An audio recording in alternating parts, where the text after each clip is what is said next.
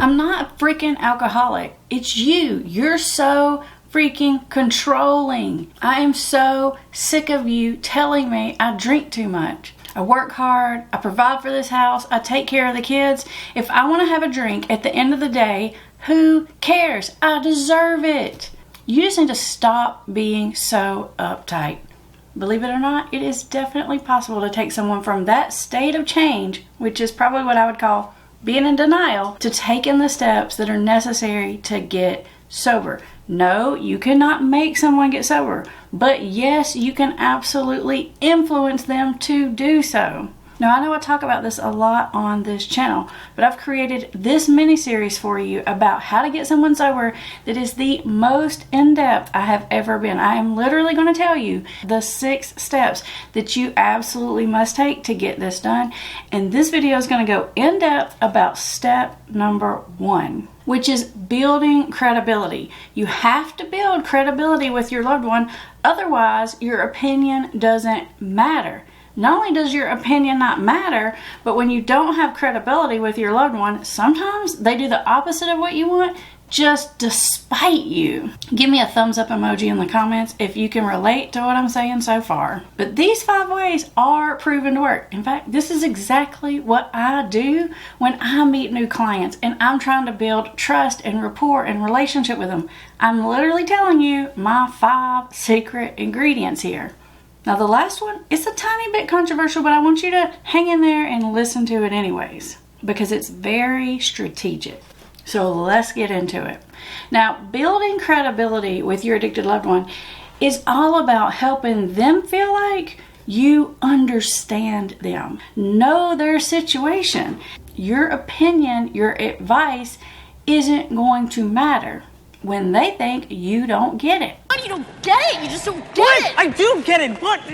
So I want you to do these 5 things, which is going to help your loved one feel like you get them. You understand their situation. Now, if you feel like someone gets you and they understand you and they're in your corner, you are so much more likely to care what they have to think, listen to their advice, or even ask them for advice.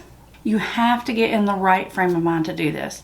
And by right frame of mind, what I really mean is you have to get past being stuck in the idea that it's not fair, I shouldn't have to do this, why am I doing all the work, they're the jerk, they're the butthole, they're the one not pulling their weight. That's totally fair thinking. I get it. You're right. But it isn't going to get the job done. You got to get your head screwed on straight in order to get this job done. Otherwise, your own emotions are going to block you from being able to effectively intervene with your loved one. You know, you seem like a man in his right frame of mind. Now, if your goal is to get out of the relationship, this isn't the video for you. This video is for people who are trying to get a loved one out of denial and into recovery. Okay, strategy number 1. Now, this is the place to start. This one I'm going to call learn to see the good in the other person. Now, there are a few ways you can do this, but basically what you're doing here is you're seeing their strengths, their good intentions, their gifts, the parts in life where they try really hard.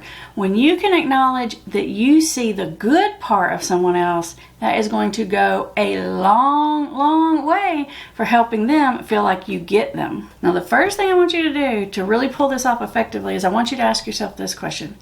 How does this person, your addicted loved one, want to be seen? And once you have the answer to that question, how they want to be seen, then you can think of some positive reinforcement type statements that lets them know that you see that quality in them. Now, you can use any of the examples I'm about to give you here, but just know you have to really adapt this to fit your loved one and how they want to be seen. Here's some examples of things I've used before. You might say something like, I just love that you're so creative.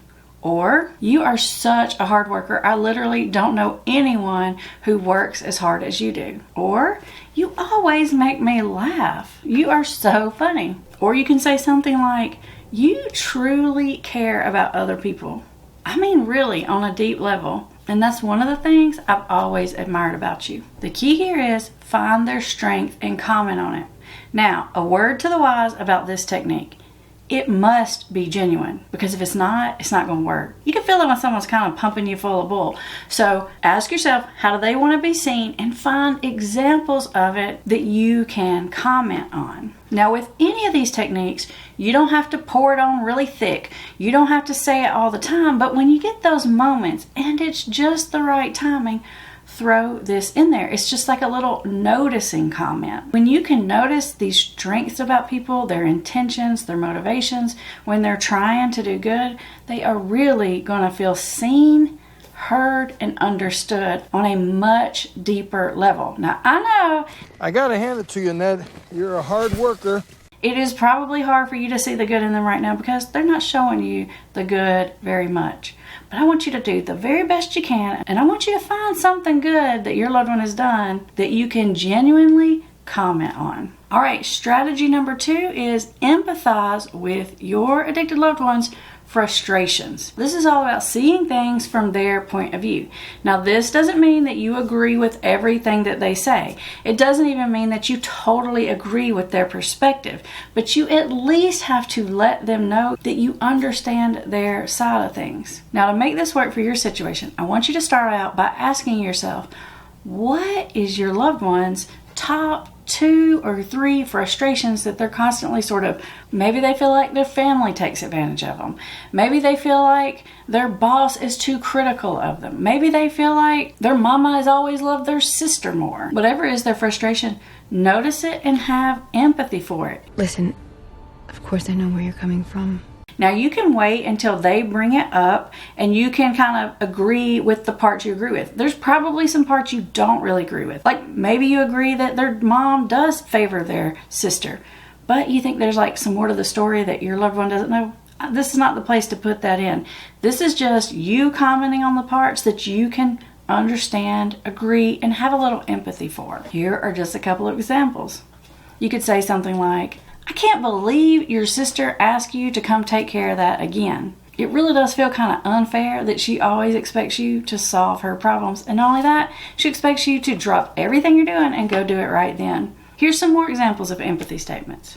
I can't believe you got overlooked for that promotion. You have worked your butt off. And for the big boss to just come in and hire his nephew just because it's his nephew, totally not fair. Now the key here is you have to empathize with what frustrates them. So in that last example I gave you, maybe you feel frustrated that they got overlooked for the promotion, but they don't feel frustrated. This is not empathizing with what you think. This is empathizing with what they think. The key is, what are they frustrated about? And try really hard to see their point of view.